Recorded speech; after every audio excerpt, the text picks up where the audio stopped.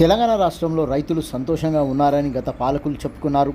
ప్రాజెక్టుల పేరుతో machine Bhagiratha, machine Kakatiya, Kalyana Lakshmi, Rythu Bandhu, దళిత బంధు దేశంలోనే మొదటి వరుసలో అభివృద్ధిలో తెలంగాణ నిలబడిందని చెప్పుకున్నారు. రైతుల జీవన విధానంలో ఏమీ మార్పులు రాలేదని తెలుస్తుంది. కళ్ళాల్లో పండిన పంటను కొనే దిక్కులేదు. కొన్న క్వింటాళ్లకు 3-4 కిలోలు దండి కొడుతున్నారని రైతులు ఆరోపించడం అలవాటైపోయింది. నాయకులకు రైతులు పంటకు నీరు పుష్కలంగా ఉందన్నారు. కరెంటు సప్లై 24 గంటలు ఇస్తున్నామన్నారు. తీరా లెక్కలు గ్రామ స్థాయిలో కరెంటు పరిస్థితి చూస్తే 4 గంటలు 6 గంటలు, అది కంటిన్యూస్గా కాకుండా అప్పుడప్పుడు ఇవ్వడమే జరుగుతుందని తెలుస్తుంది.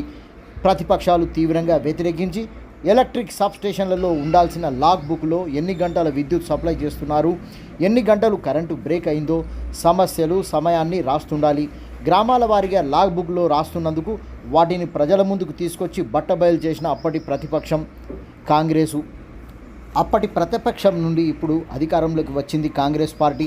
అప్పుడు ప్రతిపక్షంలో వారు సమస్యల మీద ఆరోపించిన విషయాలు మళ్ళీ ప్రజలు ఎదుర్కోకుండా చూడాల్సిన బాధ్యత కాంగ్రెస్ ప్రభుత్వం మీద ఉంది.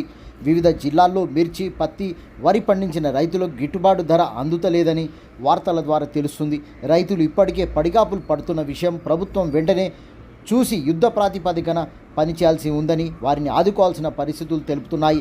రంగారెడ్డి జిల్లాలో ఓ వృద్ధ మహిళ రోడ్లపై తడిసిన వడ్లను ఆరబోసి వర్షం వస్తే మళ్ళీ అవి చేతికి అందవని కాపలా గాస్తున్న ఫోటో పత్రికల్లో వైరల్గా మారింది. ప్రభుత్వం రైతుల జీవితాల్లో మార్పు తీసుకువస్తుందని ఆశిద్దామంటున్నారు మేధావులు.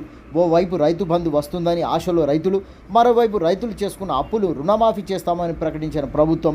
కానీ ఆగస్టులో ఇస్తామని చెప్పినా అప్పటికే పంట పొలాల్లో నాట్లు పడిపోతాయి. చేతిలో డబ్బుంటేనే నాట్లు, ఎరువులు, కరెంటు బిల్లు, విత్తనాలు, రైతు కూలీలకు రోజువారీ కూలీలు, ట్రాక్టర్లకు కిరాయి డబ్బులు, ఇలా ఎన్నో ఖర్చులుంటాయి. ప్రభుత్వం సకాలంలో రుణమాఫీ చేస్తేనే రైతులకు ఊరట, లేదంటే రుణమాఫీలో జరిగిందేమీ లేదు, ఒరిగిందేమీ లేదంటున్న సన్నకారు, చిన్నకారు రైతులు.